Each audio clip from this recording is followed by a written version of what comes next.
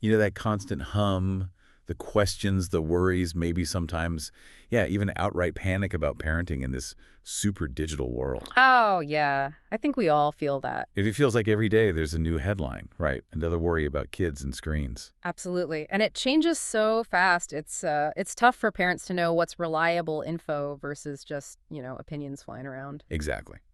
So today we're doing a deep dive. We're going into some really insightful research-backed stuff on parenting in the digital age. Mm-hmm. We're pulling directly from Professor Jacqueline Nessie's brilliant work, her Substack newsletter, Technosapiens. Fantastic resource. Totally. Our mission here is basically to pull out the most important nuggets, the key insights from her work, and give you a shortcut, kind of, to getting well-informed on this really critical topic. Yeah. So let's get into it. Okay. So a really key thing Nessie stresses right away is grounding all this advice in understanding adolescence itself. Right. The teen years. Yeah, roughly ages 10 to 20. We often think of it as just difficult, challenging. Yeah. The storm and stress idea. Exactly.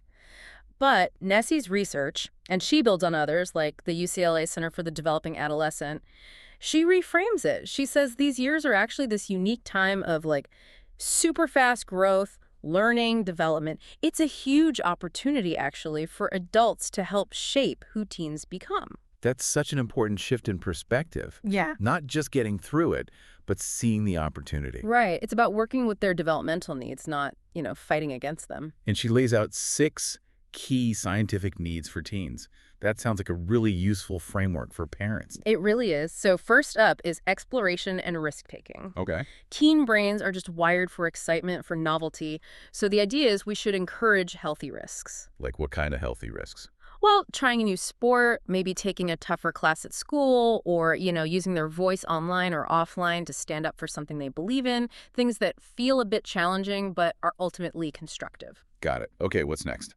That leads nicely into the need for meaning and purpose through contribution. As teens develop more empathy, they become really capable of helping others. Mm-hmm. And this can be simple stuff, like supporting a friend who's having a hard time, maybe online, doing chores at home without being nagged, or getting involved in, say, student government or volunteering. It helps them feel like they matter. Right, like their actions have impact. That makes sense. Number 3. Decision-making and emotional regulation. And, we all know teens feel things so strongly. Oh, yeah. The highs are high, the lows are low. Totally. Whether it's excitement over some new trend or just intense frustration about something feeling unfair.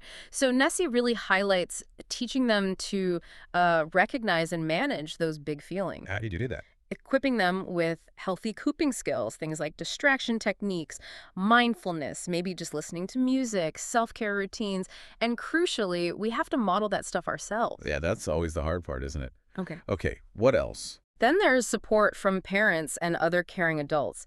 Even when they act super independent. Which they do. They still absolutely need warmth, our interest, and, appropriate structure. That means clear rules, boundaries, and parents basically knowing what's going on in their lives. Monitoring, yeah. Right. And having other supportive adults, coaches, teachers, mentors, that's also really vital for them. Okay, 2 more. 5th is developing values, goals, and identity. They're actively figuring out, who do I want to be? That's a big question. It is. And they're influenced by everything: peers, family, community, even random TikTok trends, Yeah. So they need some freedom to experiment, but also our support as they explore different parts of their identity, racial, ethnic, gender, sexual identity, helping them do that safely. Right.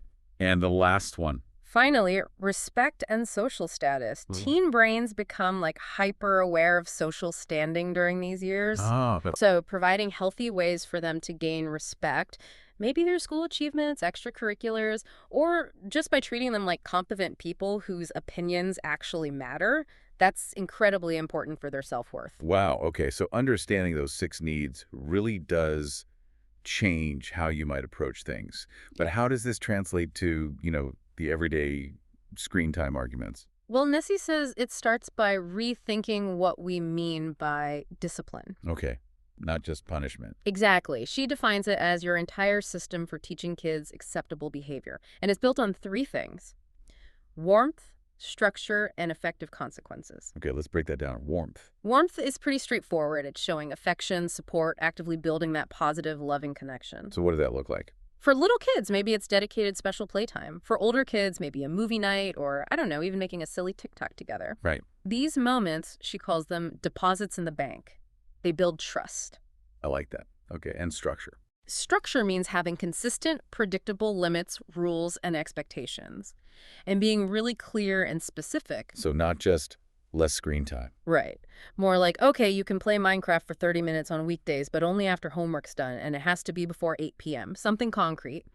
And for older kids, she suggests actually involving them in setting the rules, makes them feel more ownership. It's kind of firm but flexible. You need to know your absolute deal breakers versus the things you'd prefer they didn't do but might negotiate on. Okay, warmth, structure, and consequences. Yeah. This ties into that learning theory, right? Exactly.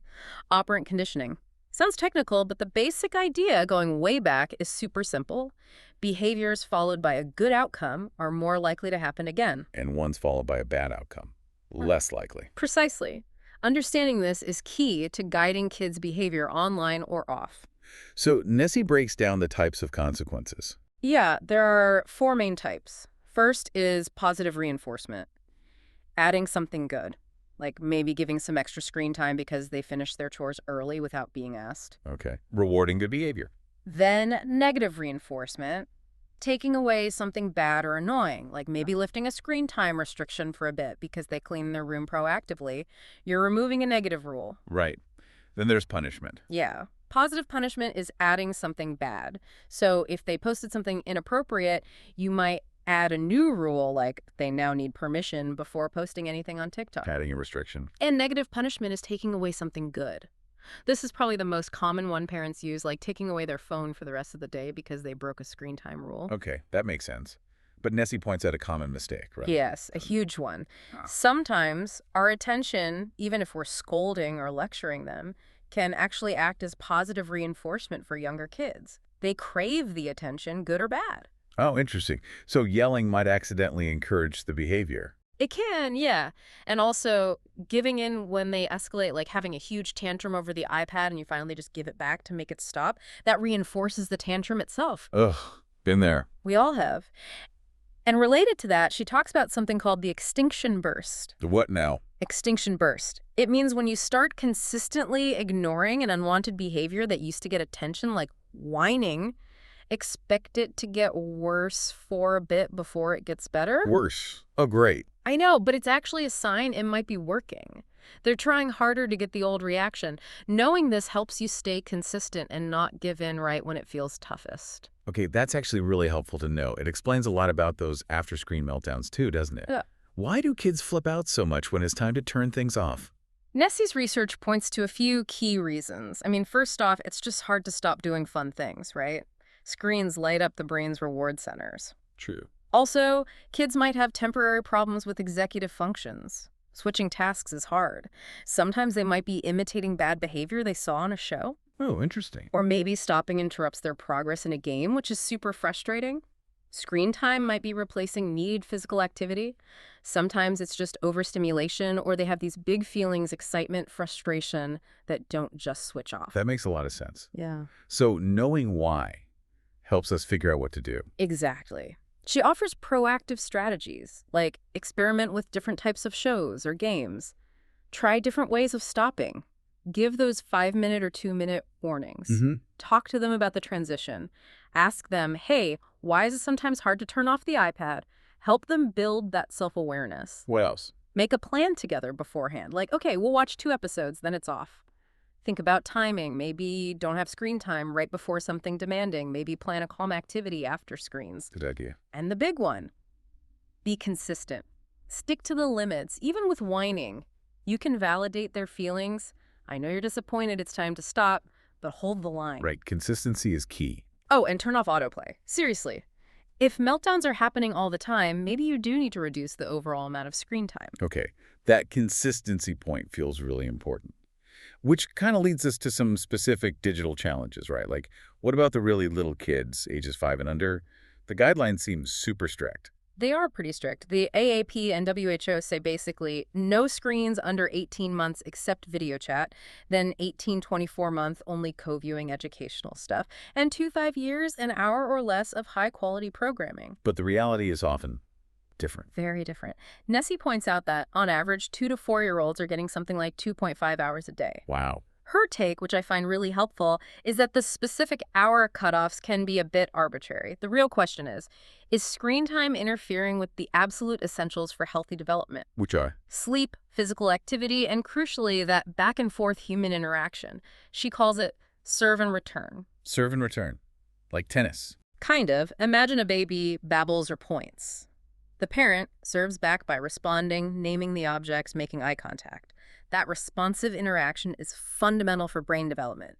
Too much passive screen time can get in the way of that.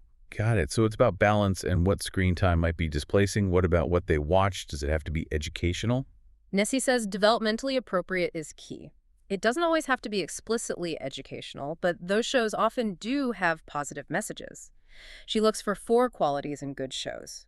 They should be active, prompting responses, engaging, holding attention without being overwhelming, meaningful, connecting to their lives, and socially interactive, modeling positive interactions. Like Daniel Tiger or Sesame Street? Exactly. Daniel Tiger, Sesame Street, Dora, Super WHY, those kinds of shows often hit those marks. And do kids actually learn from screens at that age? Well, Nessie highlights the video deficit. Basically, kids under 3 learn way less effectively from a 2D screen compared to a real live person. Why is that? A screen can't respond contingently, offer different angles, provide that rich multisensory input like a real person or object can. Once kids are 3 or older, some learning can happen from screens, but it's significantly boosted if you co-view, watch with them, and talk about it. Okay. And for stopping those screen time battles with little ones, any quick tips? Yeah, similar ideas. Clear expectations before screens go on, offer simple choices, turn it off now or in 2 minutes, give simple reasons, time for bath, use visual timers, give warnings, be consistent afterwards, and validate feelings while holding the boundary firm. Great practical advice. Okay, let's shift gears to something that causes a lot of anxiety. Dopamine, the whole screen addiction fear. Right. The narrative is often that screens cause these dangerous dopamine surges, just like drugs, leading to addiction. So what's the reality, according to Nessie's research? What is dopamine doing? She provides a really important clarification. Dopamine isn't just a pleasure chemical. It's a neurotransmitter involved in lots of things, movement, sleep, learning. But its main role here is motivation. It drives us to seek out rewarding things. So screens are rewarding. Yes. Like many enjoyable activities, dopamine gets released. And social media platforms especially are designed very cleverly. Features like endless scrolling, unpredictable likes that creates what scientists call variable reward schedules. It leverages that dopamine response to keep us engaged, keep us coming back. But is it really addiction, like drug addiction? Nessie is clear. For most people, no, it's not comparable. Problematic, maybe even addictive-like use can happen for a small percentage of kids, but currently there's no official diagnosis like social media addiction in the main diagnostic manuals. Okay, so the takeaway for parents. Don't panic about dopamine specifically. Focus instead on promoting moderation, ensuring screens aren't crowding out other rewarding activities, playing outside, hanging out with friends in person, hobbies, all that stuff. Aim for balance. That's a much calmer perspective. We can talk video games. They're everywhere, right? Especially for boys. Almost universal, like 97% of teen boys, 83% of teen girls play. And yeah, boys average way more time over 2 hours a day compared to under an hour for girls. Are they inherently bad? What does the research say? Generally, Nessie finds little evidence of inherent harm from gaming itself. In fact, there are some cognitive benefits linked to certain types of games, things like better working memory, faster reaction times, improved attention skills. And socially. They can be a really important social space, particularly for boys, a way to connect, cooperate, compete with friends. But the big question is always, when is it too much? Yeah, and Nessie brings it back to that key question. What are the games replacing? Right. If gaming is consistently pushing out sleep, homework, physical activity, face-to-face socializing, that's when you need to be concerned. What about actual gaming disorder? Is that a real thing? It is. It's characterized by things like losing control over gaming, giving it increasing priority over everything else, and continuing to game despite negative consequences. It affects maybe 1 to 9% of teens. If you're seriously worried about that pattern, seeking professional advice is the way to go. Okay. And the elephant in the room. Violent video games. Are they dangerous? The debate is so heated. It is. Nessie presents a nuanced view based on the bulk of research. Studies do show small, short-term increases in aggressive thoughts, feelings, and maybe behaviors right after playing. Okay, small and short term. Right. But there's very little evidence linking violent game playing to long-term serious violence or criminal behavior. That connection is often overstated in the media. So how should parents handle violent games then? Nessie gives 5 key pieces of advice. 1, know the research, understand the nuance, the short-term versus long-term findings. 2, know your child, how's their temperament, who are their friends.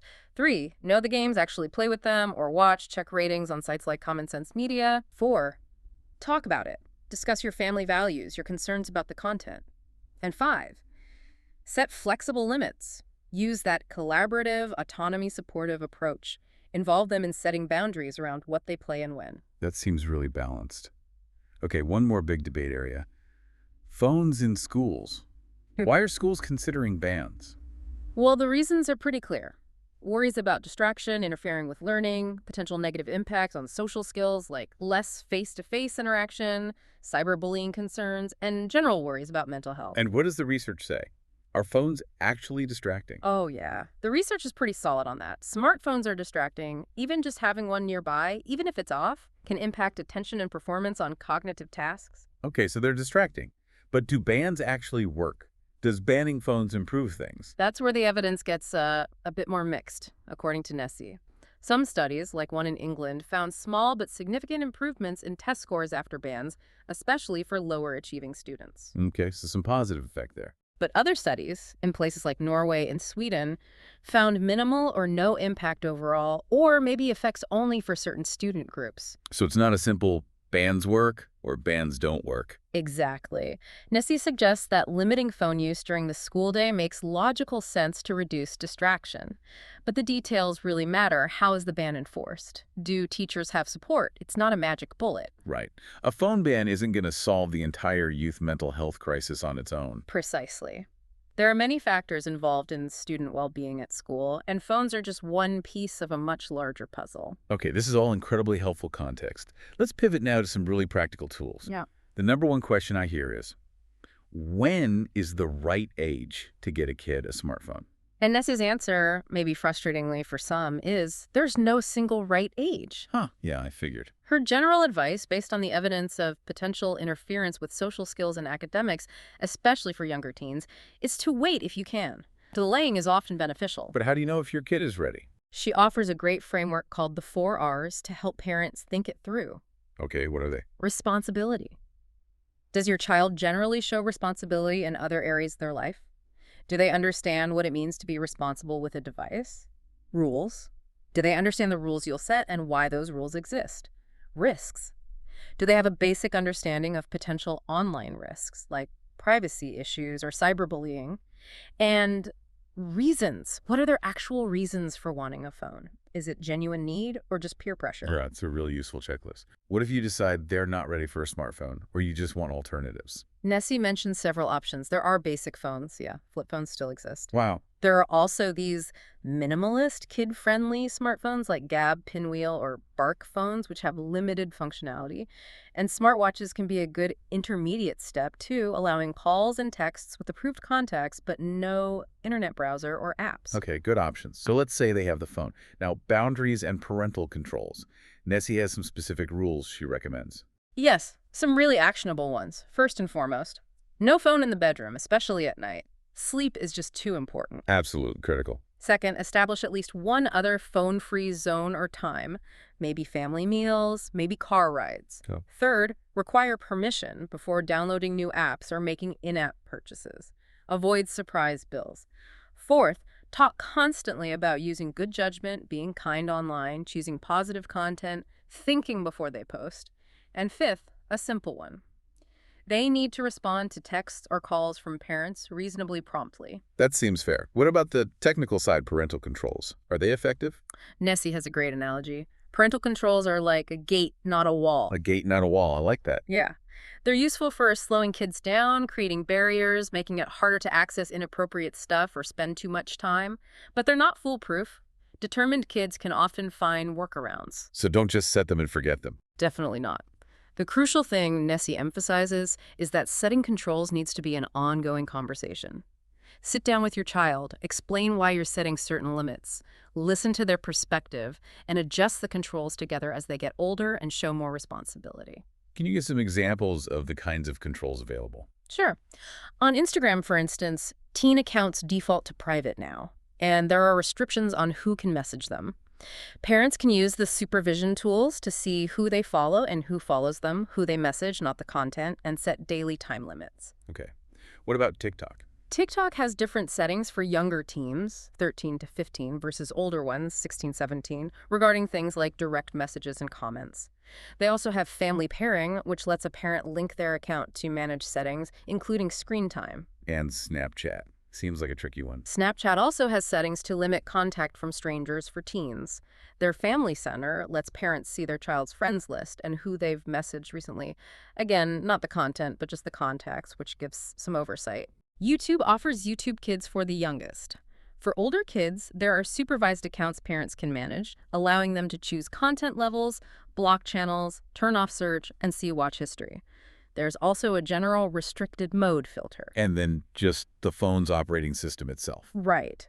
Both Android with Google Family Link and iOS with Apple Family Sharing and Screen Time have built-in tools.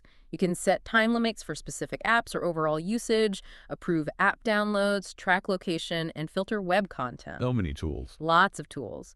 But the key, as Nessie stresses again and again, is that the technology is only part of it. The conversations, the warmth, the structure, that's the foundation. Wow. We have really covered a huge amount of ground today. It's incredible how much insight is packed into Professor Nessie's Technosapiens work, from understanding how teens tick to these really concrete strategies for screens. Absolutely. It really underscores that idea of evidence-based parenting. Nessie often talks about it like a three-legged stool. Oh. Yeah. The research, like everything we've discussed today, that's one crucial leg. But the other two legs are just as important. Your own unique expertise as a parent who knows your child best, and your child's individual characteristics, their temperament, their strengths, their challenges. So the science gives us direction, but we still need to use our judgment. Exactly. The research provides the map, maybe, but you are the one driving, adapting to the specific terrain of your family and your child. Your informed judgment makes it work. That's a really empowering way to think about it. It leads to a final thought, maybe, for everyone listening. Yeah, perhaps something to mull over. In this world where digital tech just keeps changing so fast, how can you shift from just reacting to the latest crisis or headline? Yeah. How can you proactively take these kinds of evidence-based insights we've talked about and use them to really shape a digital environment at home that doesn't just help your kids survive, but actually helps them thrive?